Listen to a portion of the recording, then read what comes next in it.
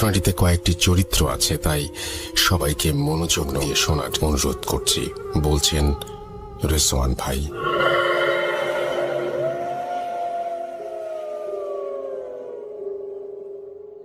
আমি তখন বরিশাল বিভাগের একটি কুরিয়ার সার্ভিসে কাজ করি। চাকরিটা ভালোই ছিল, কিন্তু একটা জিনিস খারাপ লাগতো যে রোজ একই ধরনের রুটিন। এভাবে আস্তে আস্তে আমিও আমার কলিগরা যেন হাঁপিয়ে উঠছিলাম। কিন্তু এই একঘেয়েমি কেটে যায় কোরবানি ঈদের ছুটিতে বাড়ি গিয়ে। এছাড়াও ঈদের 2 দিন পরে 6 জন মিলে একটি ট্যুরও দেই আমরা রিফ্রেশমেন্টের জন্য। ট্যুর থেকে ফিরে প্রায় 4 দিন আমি বাড়িতেই ছিলাম। 1 বছর 9 মাসের মতো হবে আমার বিয়ে হয়েছে, কিন্তু ওয়াইফের সাথে বেশি সময় স্পেন্ড করতে পারিনি দূরে চাকরি করার জন্য। যথারীতি ঈদের ছুটি শেষ হয়ে যায়, আর আমিও আমার কলিগ সবাই আমাদের চাকরির স্থানে আবারও যোগদান করি। বলে রাখা ভালো যে আমি বরিশালে একটি মেসে থেকে চাকরি করতাম। মেসের একটি রুম আমি একাই নিয়ে নিয়েছিলাম আমার প্রাইভেসির জন্য। মেসের আর বাকিরা অবশ্য আমার কলিগের মাঝেই 2-3 জন ছিল। ওনারাও সিঙ্গেল রুম করেই থাকতেন, যেহেতু সবাই চাকরিজীবী। বাড়ি থেকে মেসে ফেরার পর কয়েকদিন কেটে যায়। এরপর একদিন মেসে আমার বাজারের ডেট পড়ে। আমার রুটিন মতো আমি বাজারের দিকে রওনা হলাম।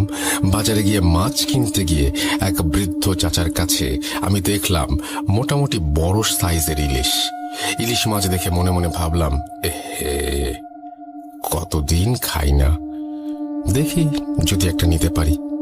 এই ভেবে আমি চাচার দিকে এগিয়ে গিয়ে চাচাকে জিজ্ঞেস করলাম, কি চাচা, ইলিশ কত করে দিচ্ছেন?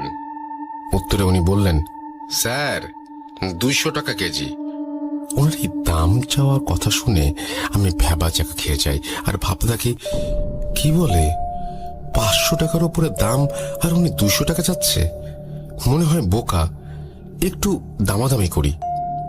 এই বলে আমি চাচাকে বললাম, কি বলেন চাচা, 100 টাকা করে দিয়েন, দিলে কয়েক কেজি নিব, চলবে?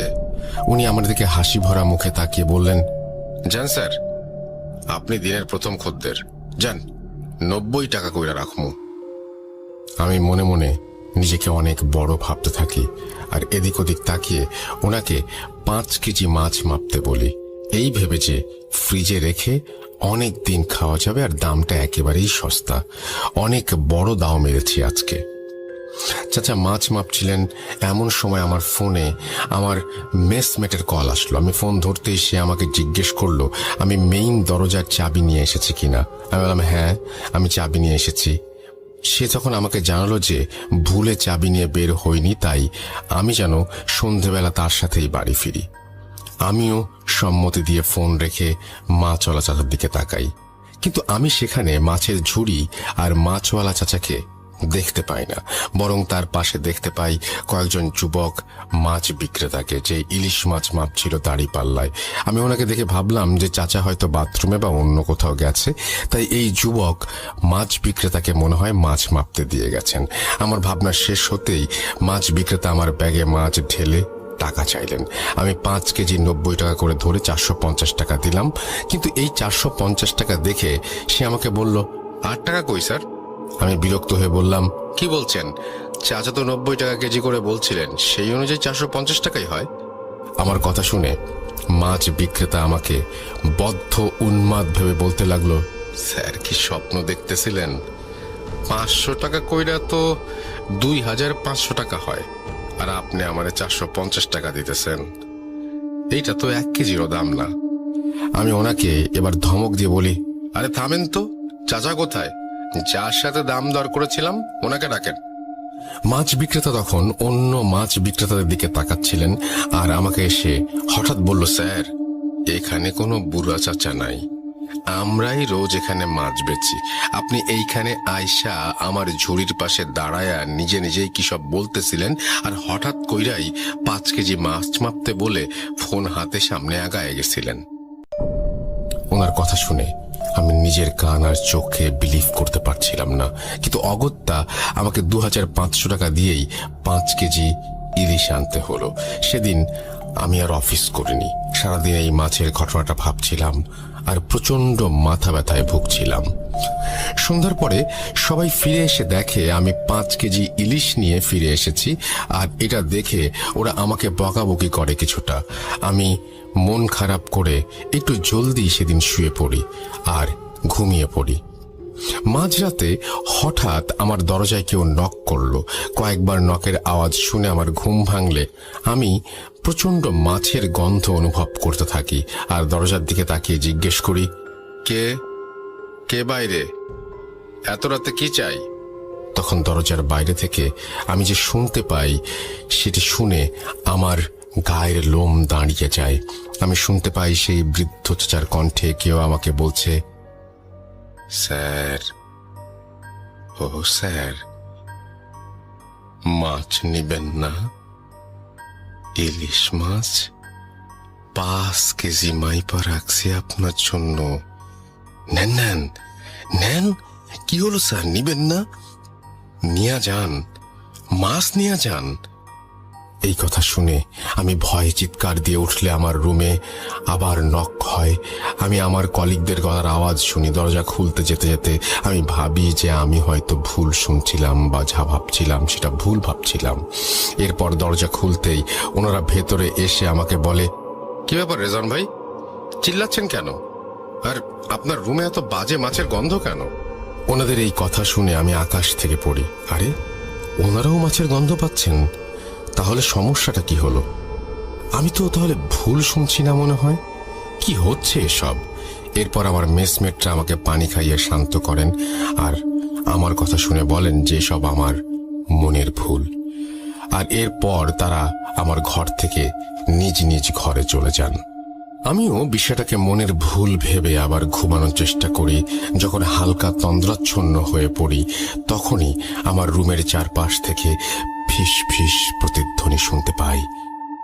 মাছ, মাছ, ইলিশ মাছ নেবেন না? নেবেন না স্যার? আপনাকে নিতেই হবে, দাম করেছেন, এখন না নিলে খারাপ হবে। মাছ নেবেন না স্যার? ইলিশ মাছ। এমন ভাবে শব্দটা হচ্ছিল যেন মনে হচ্ছিল আমি কোনো হরর মুভির থিয়েটারে, আর চারপাশ থেকে হরিফিক সব সাউন্ড ভেসে আসছে। আমি আবার ঘুমিয়ে পড়ি। রুমের লাইট জ্বালিয়ে ঘড়ির দিকে তাকিয়ে দেখি 3:15 বাজে। ঘুম থেকে উঠে ঘড়ি দেখার সাথে সাথেই আমি আবার বিছানায় পড়ে যাই। আমার চারপাশ ব্ল্যাক আউট হয়ে যায় আর আমি দেখতে পাই যে আমার রুমে আমি বিছানায় বসে, আর আমার বারান্দার দরজার সামনে সেই মাছ বিক্রেতা দাঁড়িয়ে। সে আমাকে খুব কঠিন গলায় বলছে, স্যার, মাছ তো আপনাকে নিতেই হবে। যদি নেন আপনি বেঁচে যাবেন, আর না নিলে কেউ বাঁচবে না। আমি তাকে বললাম যে আমি মাছ নেব না। তখন সে আমাকে বলল, নিবি না? ঠিক আছে, এবার দেখ কি হয়, দেখে নিস তুই। এই কথা বলে সেই মাছ বিক্রেতা মনে হলো হাওয়ায় মিলিয়ে গেল। আর আমারও মাথায় কিছু ছিল না, আমি মনে হয় ঘুমিয়ে গিয়েছিলাম। আমি যখন ঘুম থেকে উঠি তখন দেখি আমার পাশে একজন মেসমেট বসে আছে, আর আমি চোখ খুলতেই সে আমাকে দেখে আলহামদুলিল্লাহ বলল। আমার বিছানার সামনের দেয়ালের অ্যানালগ ঘড়ি থাকায় আমি দেখলাম 5:50 বাজে, অর্থাৎ ভোর। কিন্তু আমার মেসমেট আমাকে যা বলল তাতে আমি নিজেকে আর ধরে রাখতে পারছিলাম না। আসলে সময়টা ছিল সন্ধ্যা 5:50, অর্থাৎ আমার জীবন থেকে 14টি ঘন্টা গায়েব হয়ে গেছে। আমার মেসমেটদের বক্তব্য ছিল যে আমি দুপুর অব্দি রুমের দরজা না খোলায় তারা বাড়িওয়ালার কাছ থেকে ডুপ্লিকেট চাবি এনে দরজা খুলে দেখে আমি মেঝেতে পড়ে আছি, আর আমার হাতে মাছের আঁশ লেগে আছে। এরপর থেকে তারা আমাকে বিছানায় উঠিয়ে আমার হাত পরিষ্কার করে রান্নাঘরে খাবার রান্না করতে গেলে দেখে ফ্রিজ থেকে ইলিশ মাছ বের হয়ে মেঝেতে পড়ে আছে, আর একটা মাছের গায়ে কোনো আঁশ ছিল না। এই দেখে তারা কিছুটা অবাক হয়, আর আমার হাতে মাছের আঁশ দেখে রান্নাঘরে আঁশবিহীন মাছ, এসব তারা মিলানোর চেষ্টা করে কিন্তু মিলাতে পারেনি। এর মাঝে আমি কিছুটা মানসিকভাবে স্ট্রেসড হয়ে যেতে শুরু করি, কারণ হঠাৎ এই জিনিসগুলো আমার কাছে খুব আনইউজুয়াল লাগছিল। আর আগেও কখনো আমার সাথে এমন কিছু হয়নি। ভয়ও পাচ্ছিলাম, মানসিক আঘাতও পাচ্ছিলাম একই সাথে। এরপর সন্ধেবেলা আমার মোবাইল একটা ফোন আসে। ফোনটি ছিল আমার আম্মুর। ফোন ধরতেই আম্মু বলেন যে আমি খুব জলদি যেন বাড়ি ফিরে আসি। আমি কারণ জিজ্ঞেস করলে আমার আম্মু আমাকে কিছুই বলে না, ফোন কেটে দেয়। আমি বাড়ি যাবার জন্য বাসের টিকিট কাটতে যাই, কিন্তু সেদিন টিকিট না পেয়ে পরের দিন রাতে বাসের টিকিট কেটে নেই। অফিসের বসকে অনেক কষ্টে ছুটি দেওয়ার কথা রাজি করিয়ে বাড়ি ফিরে এলাম। বাড়ি ফিরে এসে যে সকল দৃশ্য দেখি তা কল্পনার বাইরে। আমার স্ত্রী মাইশা, সে অসুস্থ, তার চোখের নিচে কালি পড়ে গেছে, হাত পা শুকিয়ে গেছে। আমি আম্মুকে জিজ্ঞেস করলে আম্মু আমাকে যা বললেন তা ওনার ভাষাতেই বলছি। তুই বরিশাল চলে যাবার কিছুদিন পর রাতের বেলা আমরা সবাই ঘুমিয়েছিলাম অন্যান্য দিনের মতোই। শেষ রাতের দিকে খুব জোরে চিৎকারের আওয়াজ পাই আমরা। শুরুতেই বউয়ের ঘরে গিয়ে দেখি বউ নেই। এরপর সারা বাসা খুঁজে শেষমেশ ছাদে গিয়ে তাকে অজ্ঞান অবস্থায় পাওয়া যায়। তার মুখে পানি ছিটিয়ে হাত পা মালিশ করে তার জ্ঞান ফিরানো যায়। কিন্তু জ্ঞান ফিরতেই সে সবার আগে যে কথাগুলো বলে সেগুলো হলো, মাছ মাছ মাছ খাবো, ওকে বল আমার জন্য ইলিশ মাছ আনতে, ও আমাকে মাছ দিয়েছে, ও কেন নেয়নি মা, কেন? এসব বলে তোমার বউ বাচ্চাদের মতো কাঁদতে থাকে। তাকে শান্ত করে ঘরে নিয়ে ঘুম পাড়িয়ে দিই আমি। কিন্তু সকালে ঘুম থেকে উঠলে ওকে জিজ্ঞেস করি ও কেন রাতে ছাদে গিয়েছিল। কিন্তু মায়েশা একেবারে অবাক হয়ে বলে, কি বলছেন মা, আমি রাতে সেই যে বিছানায় ঘুমিয়েছিলাম, এই কেবলই উঠলাম। এই কথা শুনে আমি মায়েশাকে আর কিছু বলি না।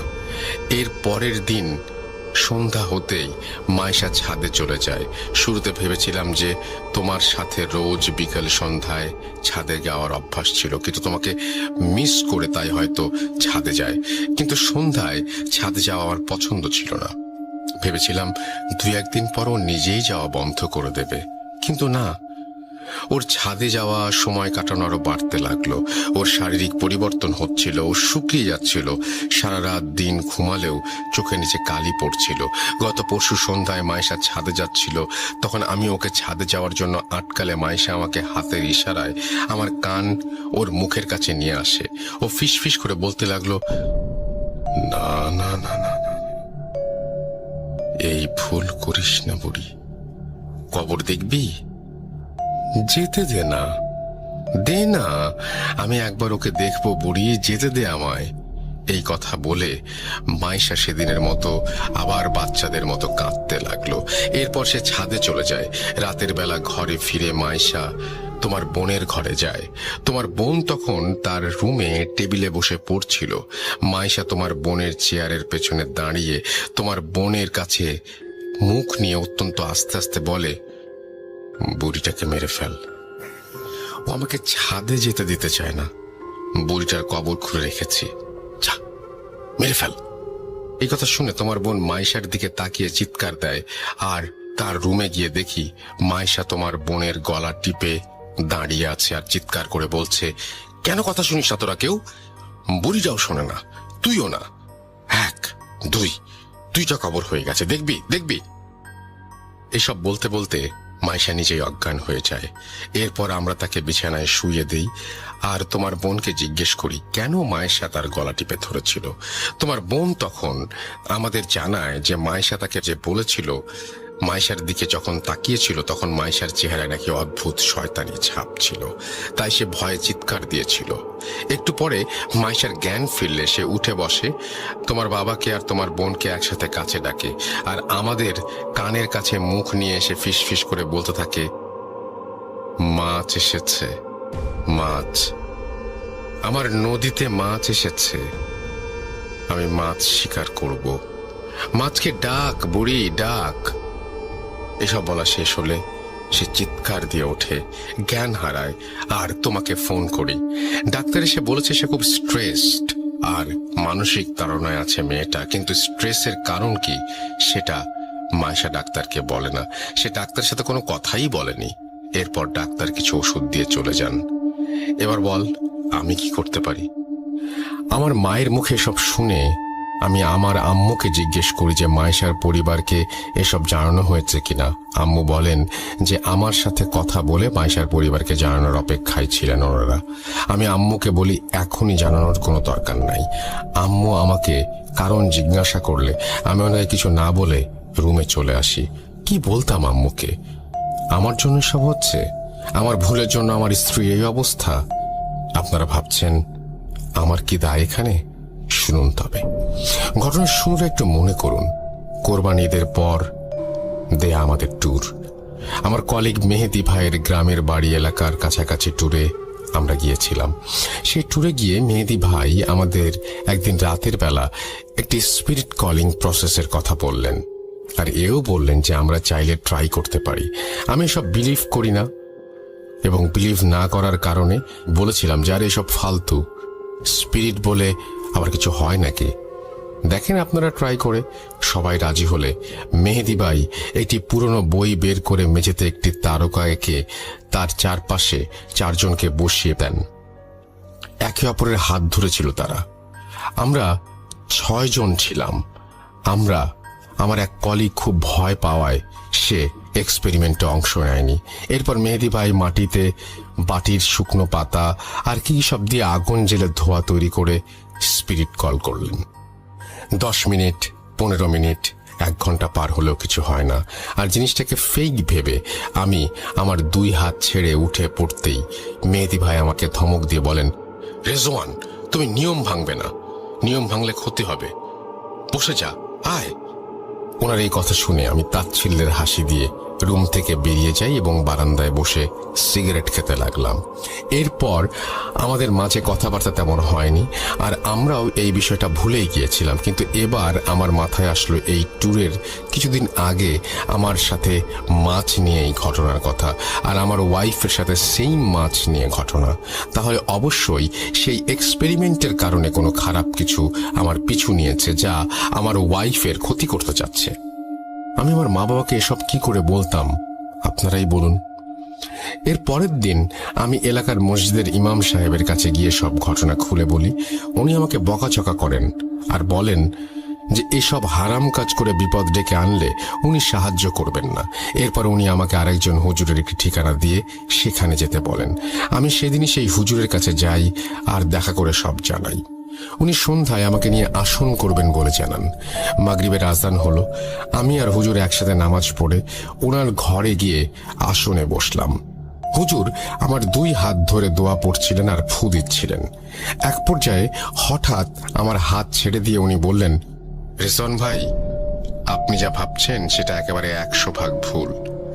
সেদিন ওই এক্সপেরিমেন্টে কোনো জিন হাজির হয়নি, আর আপনার সাথে যা হয়েছে তা কিছুই ওই এক্সপেরিমেন্টের ফল না। হুজুরের মুখে সব শুনে আমি ওনাকে জিজ্ঞেস করি, তাহলে আসল সমস্যা কি? আমার কথা শুনে হুজুর বলেন, আমার বাসায় না গেলে উনি বুঝতে পারবেন না, আর আমার বাসায় যাবার আগে কিছু প্রস্তুতি আছে ওনার, যা ওনার করতে 3-4 দিন সময় চাই। এরপর ওনাকে সময় দিয়ে ওনার ফোন নাম্বার নিয়ে বাড়ি ফিরে আসি, আর আম্মু আব্বুকে বলি মাইশার ফ্যামিলির সাথে যোগাযোগ করতে। আমার আম্মু আব্বু মাইশার পরিবারের সাথে যোগাযোগ করতে সেখান থেকে উঠে আসে আরো এক চাঞ্চল্যকর তথ্য। কি সেই তথ্য? শুনুন মাইশার মায়ের ভাষায়। আপনাদের কাছে ক্ষমা চাচ্ছি, আমি আর মাইশার বাবা। আমাদের মেয়ের বয়স যখন 10 বছর ছিল তখন তার একটি মানসিক রোগ দেখা দেয়। সে নিজে নিজে কথা বলতো, লেখাপড়া করতো না, আমাদের সবাইকে মারবে বলে চড়াও হয়ে যেত। অনেক হুজুর কবিরাজ তদবির করেছি আমার মেয়ের, কিন্তু সে ভালো হচ্ছিল না। অবশেষে একজন মনোরোগ বিশেষজ্ঞকে দেখানো হলে সে বলে এই রোগটা খুবই রেয়ার কেস, লাখ মানুষের মাঝে একজনের হয়। নিজেকে ভুলে গিয়ে অন্যের মতো আচরণ করা, ভায়োলেন্স, আর এরপর সব ভুলে যাওয়া। এই রোগের চিকিৎসা মেডিটেশন আর নিয়মের মাঝে চললে ঠিক হয়ে যাবে বলে ডাক্তার আমাদের বলেন। 3-4 মাস আমার মেয়ের চিকিৎসা হয়, আস্তে আস্তে সে ভালো হয়। ডাক্তার আমাদের বললেন আমার মেয়ে খুব একা ফিল করে সবার মাঝে থেকেও। ওকে এই একাকিত্বের ফিলিংসটা আর যেন ছুঁতে না পারে। এমনিতে আর কোনো সমস্যা হবে না। বলেন ডাক্তার। দেখতে দেখতে আমার মেয়েকে ডাক্তার সুস্থ করে তোলেন। কিন্তু দেখেন এবার কি হলো, জামাই বরিশাল চলে যাবার পর আমার মেয়েটা আবার একা হয়ে গিয়েছিল, আর সেই জন্যই এই সমস্যা ফিরে এসেছে। এসব বলতে বলতে আমার শাশুড়ি কান্নায় ভেঙে পড়েন। ওনাকে আর কোনো কিছু না বলে, কোনো সান্ত্বনাও না দিয়ে রাগে আমি আমার আম্মুর হাত থেকে ফোন নিয়ে লাইন কেটে দেই। আমি আমার রুমে চলে আসি আর ভাবতে থাকি, এটা তাহলে মাইশার মানসিক সমস্যা, ভালো কোনো ডাক্তার দেখাবো, তাহলে কি ঠিক হয়ে যাবে। এরপর আমি সেই হুজুরকে কল করে আসতে মানা করে দেই আর তাকে জানাই যে মাইশার সমস্যাটা মানসিক, আর ওর বাবা জানিয়েছেন যে মাইশার মানসিক সমস্যার হিস্ট্রি আছে। আমরা মাইশাকে ডাক্তার দেখাই, আর ডাক্তারের করা কিছু মেডিসিন আর মেডিটেশন মাইশা আস্তে আস্তে কিছুটা সুস্থ হতে থাকে। ডাক্তারের কাছে গিয়ে আমরা আরো একটি তথ্য পাই যে মাইশা কয়েক মাসের প্রেগন্যান্ট। আমার ডাক্তারের ভাষ্য মতে প্রেগন্যান্সির এই ধরনের সমস্যা হওয়া একেবারেই অ্যাবনর্মাল নয়। একদিকে সীমাহীন খুশি, আর একদিকে রিলিফ যে যা হচ্ছে বা হয়েছে তা বলতে গেলে নর্মাল বিষয়। আর সবাই মাইশার খেয়াল রাখতে শুরু করি। আমি রোজ সন্ধ্যায় মাইশাকে নিয়ে ছাদে গল্প করি, যত্ন নেই, নিয়ম করে খাওয়ানো, মেডিসিন দেয়া, সবকিছু খেয়াল রাখতাম আমরা সবাই। আস্তে আস্তে আমার যাবার সময় চলে এলো, আর আমি বরিশাল চলে এলাম। মেসে ফিরে 1 সপ্তাহ পার হয়ে গেল, কোনো সমস্যা নেই। হঠাৎ একদিন রাতের বেলা ঘুমের মাঝে আমি কানের কাছে আওয়াজ শুনছিলাম, যা, চলে যা, জীবন থেকে চলে যা। আমি এটা শুনে বিছানা থেকে লাফ দিয়ে উঠতেই আমার রুমের দরজায় নক করার আওয়াজ পাই এবং সেই মাছ বিক্রেতার গলা শুনতে পাই, স্যার, মাছ নেবেন? ইলিশ মাছ মাত্র 90 টাকা, নিয়ে নেন। এ কথা শুনে আমি চিৎকার করে উঠি, তুই আর তোর মাছ জাহান্নামে যা, আমাকে বিরক্ত করিস না, চলে যা, আমাকে আমার মতো বাঁচতে দে। এরপর সে প্রত্যুত্তরে আমাকে বলে, ফিরিয়ে দিলেন স্যার আমার জীবিত মাছ, আপনার পথ ছায়া মরছে, এইবার আপনি কবর দেখেন। এই কথা বলে সে করুণ সুরে কাঁদতে লাগলো। ওনার এই কথা শেষ হতেই আমার হুঁশ ফিরে মোবাইলের রিংটোনে। বিছানা থেকে উঠে আমি দেখি যে ঘেমে একাকার হয়ে গেছি। আমি আল্লাহর কাছে শুকরিয়া আদায় করি যে এতক্ষণ যা হচ্ছিল তা বোধহয় স্বপ্ন ছিল। এই ভাবতে ভাবতে আমি মোবাইল হাতে নিয়ে দেখি আব্বুর ফোন তোতে আব্বু কান্না স্বরে আমাকে বলে, বাবা রেজওয়ান, যত তাড়াতাড়ি পারো চলে আসো, তোমার বাচ্চা আর নাই। এই কথা শুনে আমার হাত থেকে ফোন পড়ে যায়, আমার পায়ের নিচে মাটি সরে যায়। আমি এই মাত্র স্বপ্নে দেখলাম আমাকে কবর দেখানো হবে, আর আমার বাচ্চা এই দুনিয়াতে নেই। কিভাবে কি হলো জানার জন্য আমি বাড়ির উদ্দেশ্যে রওনা দিলাম।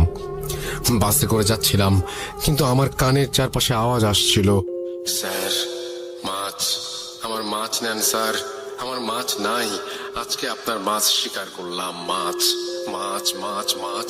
এই বলে বাতাসে মিশে যাচ্ছিল সেই আওয়াজ, আর হালকা করে শুনতে পাচ্ছিলাম, নিলেন না। এরপর আমি ঘুমিয়ে যাই বাসের জার্নিতে। বাস থামলে বাড়ি পৌঁছে আমি আমার বোনকে পাই বাড়িতে একা। এরপর আমি তাকে নিয়ে হাসপাতালের উদ্দেশ্যে রওনা হই। রাস্তায় আমার বোনের মুখে আমি সব ঘটনা শুনি। তার ভাষ্য মতে আমি ঘটনাগুলো বলছি। ভাইয়া, তুমি যেদিন চলে গেলে সেদিন রাতে আমি পানি খেতে উঠে ডাইনিং এ গিয়েছিলাম। গিয়ে দেখি মাইশা ভাবি ডাইনিং এর একটি চেয়ারে বসে আছে। ওনাকে ওভাবে আমি ভয় পেয়ে যাই দেখে ওনাকে জিজ্ঞেস করি যে উনি কেন ওখানে এত রাতে বসেছিলেন। উনি আমাকে ইশারায় ওনার মুখের কাছে আমার কান নিয়ে যেতে বললেন। আমি কান ওনার মুখের কাছে নিয়ে যেতেই উনি বলেন, মাছ খাবি? ইলিশ মাছ। আমার পেটে মাছ আছে একটা, আমি কেটে বের করে দেই, তুই রান্না কর, আর বুড়িটাকে কবর দে। কিরে, কবর দে ওকে। আরে কি ভাবছিস, দে। এই বলে উনি মেঝেতে বসে পড়েন আর মাটিতে আঁচড়ে আঁচড়ে বলতে লাগলেন, এই দেখ, আমি কবর খুঁড়ছি, মাছটাকে বের করব, কবর দিতে হবে যে, যা বুড়িটাকে ডেকে আন। উনার এই আচরণ দেখে আমি চিৎকার করে উঠলে আম্মু আব্বু ডাইনিয়ে এসে মাইশা ভাবিকে ধরে তার বিছানায় নিয়ে যান। মাইশা ভাবি আব্বু আম্মুকে গালাগাল দিচ্ছিলেন আর বলছিলেন, তোরা কেউ মাছ খাস না, তোদের ছেলে খায় না, মেয়ে খায় না, আর তোরাও খাস না। তোদের ছেলেকে কত করে বললাম আমার মাছ নিয়ে যেতে, কিন্তু ও নেয়নি। তাই তাই আমি তোর ছেলের মাছ নিয়ে যাব। দেখ দেখ, ওই যে কবর খুঁড়ে রেখেছি, মাছ কবর দেব। এসব বলে ভাবি জ্ঞান হারান। ওনার পাশে সেদিন আমরা সারা রাত বসেছিলাম। সকালে উঠে ভাবি আমাদের বলেন যে রাতের বেলা উনি ছাদে গেলে আমাকে বলেন আম্মু আব্বুকে মেরে ফেলতে, আর তোমাকেও যেন মেরে ফেলা হয়। এরপর ভাবিকে ডাক্তারের কাছে নিলে ডাক্তার কিছু ওষুধ দিয়ে পাঠিয়ে দেন। এরপর আমি সারাদিন ভাবির এই সমস্ত সমস্যার দেখাশোনা করি। একদিন রাতের বেলা ওনাকে কোথাও খুঁজে পাওয়া যাচ্ছিল না। ছাদে গিয়ে দেখা যায় উনি ছাদের কোণে বসে ধারালো লোহার টুকরা দিয়ে নিজের হাত খোঁচাচ্ছেন আর পেটে খোঁচাচ্ছেন, আর পেট থেকে বের হওয়া রক্ত খাচ্ছেন। এসব দেখে আমরা খুব ভয় পাচ্ছিলাম, কিন্তু ডাক্তার বলছিলেন যে প্রেগন্যান্সির অনেক সমস্যাই হয়, আর তুমিও 2-1 দিন হলো চাকরিতে ফিরে গেছো, তাই তোমাকে আর ফোন করে বলিনি। কারণ এমন বারবার ছুটি নিলে তোমার চাকরি কিভাবে থাকবে, সংসারই কিভাবে চলবে। এরপর একদিন রাতের বেলা আমি আমার রুমে ঘুমাচ্ছিলাম। হঠাৎ আমার রুমে কুকুরের ডাক শুনে আমি লাফ দিয়ে বিছানা থেকে উঠে যাই, আর আমার রুমে কুকুরের ডাক কোথা থেকে এলো দেখতে থাকি। এর মাঝে হঠাৎ পচা মাছের গন্ধ দিয়ে আমার রুম ভরে যায়।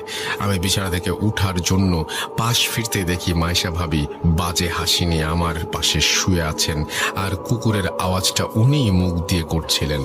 আমি ওনার শরীর থেকে রক্তের গন্ধও পাচ্ছিলাম, আর তাই তাকে জিজ্ঞাসা করি যে কেন এখানে রক্তের গন্ধ, কেনই বা সে ওইরকম বাজে আওয়াজ করছে। তখনই সে মুখে হাত দিয়ে ধরে ফেলেন, আর কানের কাছে মুখ এনে তিনি বলেন, মাছ শিকার করেছি। এই বলে সে আমার হাতে একটি ছুরি ধরিয়ে দিয়ে বলেন, নে বুড়িকে মেরে ফেল আর কবরে ধাক্কা দিয়ে ফেলে দে। আমার হাতে ছুরির স্পর্শ পেতেই আমি ছুরিতে আঠালো কিছুর আভাস পাই, আর ভাবির হাত সরিয়ে জোরে চিৎকার দেই। আমার চিৎকারে আব্বু আম্মু রুম থেকে এসে লাইট অন করে যা দেখেন সেটা ভোলার না। আমরা দেখি আমার ভাবির পেট থেকে রক্ত বেরিয়ে বিছানা ভিজে গেছে, শরীরের কাপড় কাটা। ওনাকে ধরে বিছানায় শুইয়ে আমি আর আম্মু পেটের কাপড় সরিয়ে দেখি ওনার পেটে 2-3টা স্ট্যাবের দাগ। আমাদের বুঝতে বাকি রইল না যে ভাবি কি করেছেন। তৎক্ষণাৎ ওনাকে হাসপাতালে নিয়ে যাওয়া হয়। ডাক্তার জানান ওনার বাচ্চা আর বেঁচে নেই। আমার বোনের মুখে সব শুনে আমি রাগে দুঃখে একাকার হয়ে যাই, আর মনে মনে বলতে থাকি, মাছ কি, কেনই বা মাছ নিয়ে এত ঘটনা। এরপর আমি হাসপাতালে গিয়ে দেখি আমার শ্বশুর শাশুড়ি সহ অনেকেই সেখানে উপস্থিত আছেন। মায়ের সাথে দেখা করি, সে ঘুমোচ্ছে। তাকে ওই অবস্থায় দেখে আমার মরে যেতে ইচ্ছা করছিল। এরপরে সব কেন শুধুমাত্র মানসিক সমস্যা নয় তা বুঝতে পারি আমরা সবাই। আর আমি সেই হুজুরকে ফোন করি যার সাথে আগে দেখা করছিলাম। সেদিন রাতে আমাদের বাসায় হুজুর আসেন এবং আসন করেন। এর আগে হুজুর হাসপাতালে গিয়ে মাইশাকে দেখে আসেন আর আমাদের কাছ থেকে সবকিছু জেনে নেন। আমাদের বাসায় এসে হুজুর আসন করেন, আর কিছুক্ষণ পরে উনি বলতে শুরু করেন। ওনার কথা ওনার ভাষায় আমি বলছি, রেজওয়ান ভাই, আপনার স্ত্রীর ওপর খবিস জিনের ভর হয়েছে ভাই। তিলে তিলে সে আপনাদের পরিবার শেষ করে দেবে। আপনি যে স্বপ্ন দেখতেন সেগুলো সেই দেখাতো, আর লক্ষ্য ছিল আপনাকে পাগল করে দেয়া। আর সে মাছ বিক্রেতার রূপ ধরে আপনার সাথে ছলনা করছে। আমি হুজুরকে জিজ্ঞেস করলাম জিনের ভর করার কারণ কি। উত্তরে হুজুর বললেন, ভাই, আপনার স্ত্রীকে নিয়ে রোজ সন্ধ্যায় ছাদে যেতেন, আর আপনি যেদিন চলে যান বরিশাল তার পরদিন বা কিছুদিনের মাঝেই সন্ধ্যায় আপনার স্ত্রী ছাদে একাই যায়। তার চুল ছিল খোলা। সন্ধ্যাবেলায় আপনার স্ত্রীকে দেখেই সেই জিন আকৃষ্ট হয়ে যায়, আর মাইশা ভাবিকে সে নিয়ে যাবে বলে ঠিক করে। কিন্তু মাইশা ভাবি প্রেগনেন্ট থাকায় সে রেগে যায় আর ঠিক করে যাকে ভালোবাসে তার কাছ থেকে অন্যের বাচ্চা সে আনতে দেবে না। তাই সে আপনার বাচ্চাকে হত্যা করলো, আর আপনাকে পাগল বানিয়ে স্ত্রী থেকে দূরে সরিয়ে আপনার মা বাবাকে মেরে সে আপনার স্ত্রীকে নিয়ে যেতে চাচ্ছিল। ওনার কথা শুনে আমি ওনাকে জিজ্ঞাসা করলাম আমাকে কেন মাছ সাজছে সে। হুজুর বললেন, ওই মাছের মাধ্যমে জিন আপনাকে বশ করে পাগল বানাতে চাইছিল, কিন্তু আপনি সেই মাছ না নেয়ায় সে আপনাকে ধোঁকা দেয়, এই বলে যে আপনার মাছ মারবে। আসলে আপনার মাছ হচ্ছে আপনার সন্তান, যাকে ইতোমধ্যে সে মেরে ফেলেছে। এরপর এই সমস্যার পরিত্রাণ চাইলে হুজুর আমাদের বলেন যে এর একমাত্র সমাধান হচ্ছে রুকাইয়া। আমরা যারা মুসলমান আছি, যারা সবাই জানি যে রুকাইয়া জিনিসটা আসলে কি, যারা জানেন না তাদের জন্য বলছি, রুকাইয়া হচ্ছে মুসলিম এক্সোরসিজম বা জিন ছাড়ানোর প্রসেস। ঘটনায় ফিরি, যেহেতু মাইশা অসুস্থ ছিল, তাই হুজুর আমাদের বলেন 15 দিন পর মাইশার রুকাইয়া হবে, আর এই 15 দিন মাইশাকে চোখে চোখে রাখতে হবে। হুজুর একটি তাবিজ আমাদের দিয়ে বলেন যে মাইশা যতদিন হাসপাতালে থাকবে ততদিন যেন এই তাবিজ ওর কাছে থাকে, আর উনি আমাদের বাসা বন্ধ করে দিয়ে যান, যেন মাইশা বাসায় আসলে আপাতত 15 দিন বাসায় কোনো সমস্যা না হয়। এরপর মাইশা বাসায় ফিরে এলে 15 দিন পর এক শুক্রবারের সন্ধ্যায় হুজুর 4 জন হুজুরকে নিয়ে মাইশার রুকাইয়া করার জন্য আমাদের বাসায় আসেন। মাইশাকে বোরখা পরিয়ে আমি আমার আম্মু আর আব্বু আর বোন মিলে আমার ঘরে নিয়ে আসি আর ওনাকে বিছানায় বসাই। হুজুর একটা ইসলামিক বই বের করলেন আর লাইট অফ করে কয়েকটা মোমবাতি জ্বালিয়ে আমাদের বললেন, যাই হয়ে যাক ভাবিকে ছাড়বেন না। মায়া করবে, কান্নাকাটি করবে, ভয় দেখাবে, আঘাত করবে, কিন্তু আপনারা দুর্বল হবেন না। এরপর হুজুর বাকি 4 জন হুজুরকে বললেন মোমবাতি নিয়ে রুমের 4 কোণায় গিয়ে দাঁড়াতে। এরপর সবাই সবার হাতে থাকা বই খুলে দোয়া আর সূরা পড়তে শুরু করলেন। আমি আর আমার আব্বু সহ আমার বোন মাইশাকে ধরে রেখেছিলাম। দোয়া পড়ার সাথে সাথেই মাইশার শরীর ভিজে যাচ্ছিল ঘামে, আর মাইশা মুখ দিয়ে এমন শব্দ করছিল যেন সে নিঃশ্বাস নিতে পারছে না। দেখে মনে হচ্ছিল মাইশা খুব কষ্ট হচ্ছে। এরপর মাইশা ঘাড় ঘুরিয়ে আমার কানের কাছে বলতে লাগলো, স্যার, মাছ কিন্তু নিয়ে ফেলেছি, এবার বড় মাছ নিব। হুজুর কি করবে? ও তো নিজেই নিজের রক্ষা করতে পারবে না, ওই দেখ হুজুর কবরে। এই বলে সে আমার চেহারা বরাবর একটি ফু দিল। আমি বেহুশের মতো হয়ে গিয়েছিলাম আর দেখতে পেয়েছিলাম এক জঙ্গলে পড়ে আছি, আর আমার সামনে একটি কবর খোঁড়া, কবরে একটি লাশ, যার মুখের দিকে কাফন খোলা। লাশটি ছিল সেই হুজুরের। এই দেখে আমি চিৎকার করে উঠি আর আমার মনে হতে লাগলো আমার ওপর বৃষ্টি পড়ছে। হঠাৎ আমার হুঁশ ফিরে এলো। আমি দেখলাম হুজুর আমার হাত ধরে ঝাঁকি দিয়ে বলছেন, ভাই বলেছিলাম না ধোকা দিবে, শক্ত হন। এরপর হুজুর আবার দোয়া পড়তে লাগলেন। আমি চোখ বন্ধ করে মাইশাকে ধরেছিলাম। কিছুক্ষণ পর আমার কানে সেই বৃদ্ধ মা চলার আওয়াজ শুনতে পাই, যাচ্ছি, আমি চলে যাচ্ছি, কিন্তু তোর সন্তানকে সাথে নিয়ে যাচ্ছি। ছেলের লাশ দেখ, চোখ খোল, আরে চোখ খোল, মাছ তো নিলি না, ছেলেকে বিলিয়ে দিলি, কেন মাছ নিলি না? আমি মাইশার মুখে এসব শুনে চোখ খুলেনি, আর মাইশা আস্তে আস্তে নিস্তেজ হয়ে গেল। রুমের চারপাশ থেকে উচ্চ স্বরে শুনতে পেলাম, আলহামদুলিল্লাহ, আল্লাহু আকবার। এরপর হুজুর আমাকে চোখ খুলতে বলেন। চোখ খুলতেই আমার আম্মুকে দেখলাম রুমের লাইট অন করতে, আর আমার বোন পানি এনে মাইশার মুখে ছিটিয়ে দিল। আমি আর আম্মু মাইশার হাত মালিশ করতে লাগলাম। একটু পর ওর জ্ঞান ফিরে এলো। ও বলল, রেজওয়ান, কি হলো আমার মনে হচ্ছে আমার ভেতর থেকে কেন জানি ভারী একটা বোঝা চলে গেছে। কি হয়েছে বলো তো?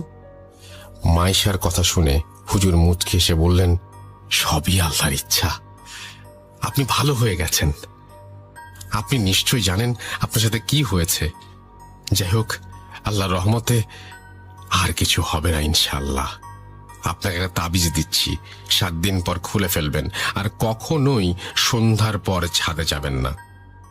এই বলে তাবিজটা দিয়ে হুজুর চলে যান।